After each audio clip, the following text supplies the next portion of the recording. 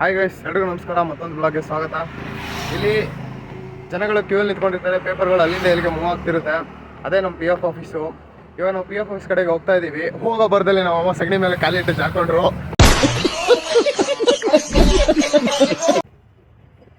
So ಈಗ 378 ಬಸ್ನ ಹತ್ಬಿಟ್ಟು electronic city ಕಡೆ ಹೋಗ್ತಾ ಇದ್ದೀವಿ. ಸೊ ಟೋಟಲಿ ನಮಗೆ 20 ಮಿನಿಟ್ಸ್ ಜರ್ನಿ ಇರುತ್ತೆ.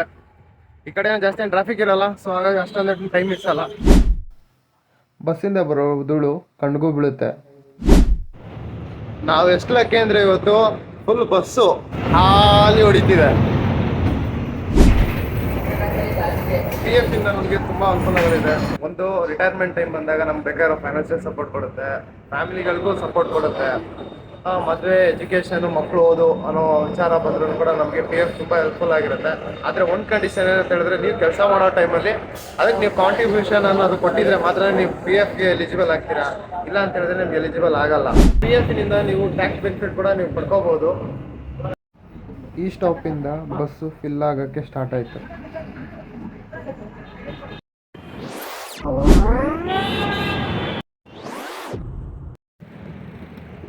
ದೂರ ಆಗುತ್ತೆ ಅಂತೇಳಿ ಬಸ್ಸಲ್ಲಿ ಬಂದರು, ನಡೆಯೋದಂದ್ರೆ ತಪ್ಪಲೇ ಇಲ್ಲ.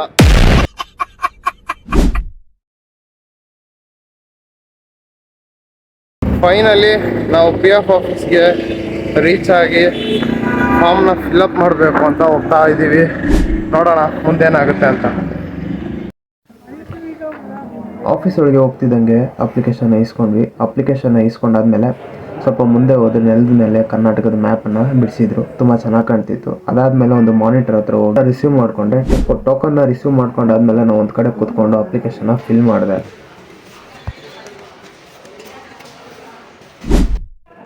ಅಪ್ಲಿಕೇಶನ್ನ ಕೊಟ್ಟೆ, ಅವ್ರನ್ನ ಫೋಟೋ ಹಿಡ್ಕೊಂಡ್ರು. ಮುಂಚೆ ಇರೋ ಪಿ ಎಫ್ ಆಫೀಸ್ಗೂ ಇವಾಗಿರೋ ಪಿ ಎಫ್ ಆಫೀಸ್ಗೂ ತುಂಬ ವ್ಯತ್ಯಾಸ ಇದೆ. ಮೊದಲು ಫಾರ್ಮ್ ಅಪ್ಲಿಕೇಶನ್ ಎಲ್ಲ ಕೊಟ್ಟು ಒಂದು ಕಡೆ ಕ್ಯೂ ಅಲ್ಲಿ ನಿಂತ್ಕೋಬೇಕಾಗಿತ್ತು. ಇವಾಗ ಹಂಗಿಲ್ಲ, ಟೋಕನ್ ಸಿಸ್ಟಮ್ ಬಂದಿದೆ.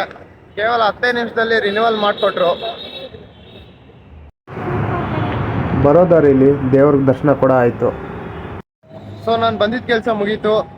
ಈಗ ವಾಪಸ್ ಮನೆ ಕಡೆ ಹೋಗ್ತಾ ಇದ್ದೀನಿ. ಪಿ ಎಫ್ ಆಫೀಸಿಂದ ಬಂದಿದ್ದ ತಕ್ಷಣ ತುಂಬ ಹೊಟ್ಟೆ ಹಸಿತಿತ್ತು ಅಂತ ನಾನು ಗ್ಯಾಸ್ ಮೇಲೆ ಹಂಚಿಟ್ಟು ಬಿಸಿ ಬಿಸಿ ದೋಸೆನ ಒಯ್ದು ತಟ್ಟೆಗೆ ಹಾಕ್ಕೊಂಡು ತಿಂದೆ.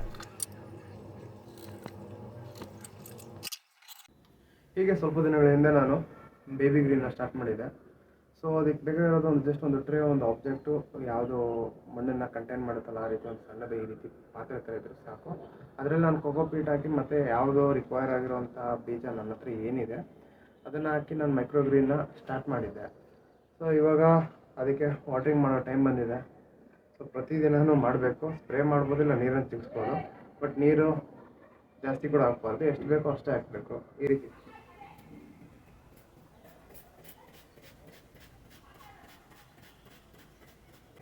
ರೀತಿ ಎಲ್ಲ ಕಡೆ ನೀರನ್ನು ಸ್ಪ್ರೇ ಮಾಡಿದ್ದ ತಕ್ಷಣ ಸೂರ್ಯನ ಬೆಳಕು ಅಥವಾ ಒಂದು ಸಣ್ಣ ಬೆಳಕು ಬರುವಂಥ ಜಾಗದಲ್ಲಿ ಇಡಬೇಕು.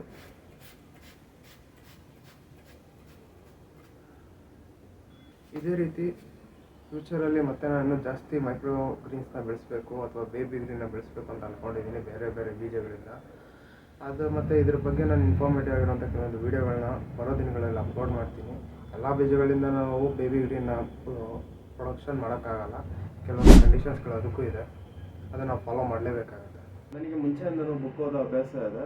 ಇವತ್ತಿಂದ ನಾನು ಈ ಬುಕ್ನ ನಾನು ಓದೋದನ್ನು ಸ್ಟಾರ್ಟ್ ಮಾಡ್ತಾ ಇದ್ದೀನಿ. ನೋಡೋಣ ಇದರಲ್ಲಿ ಏನೇನು ಕಂಟೆಂಟ್ ಇದೆ. ಈ ಬುಕ್ನ ಆಥರ್ ಹೆಸರು ಲೆಸ್ ಗಿಬ್ಲಿನ್ ಅಂತೇಳಿ. Thinking creativity about human relationship, understanding the human ego. ಸಗಲ ನೀವು ಕೂಡ ಓದ್ಬೋದು.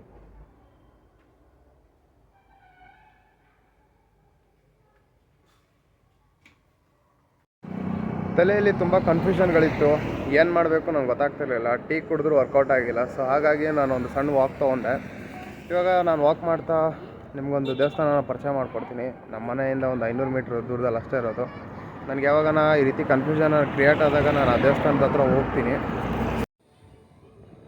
ಆ ದೇವಸ್ಥಾನದ ಪಕ್ಕದಲ್ಲಿರುವಂಥ ಒಂದು ಕೆರೆ ಇದು.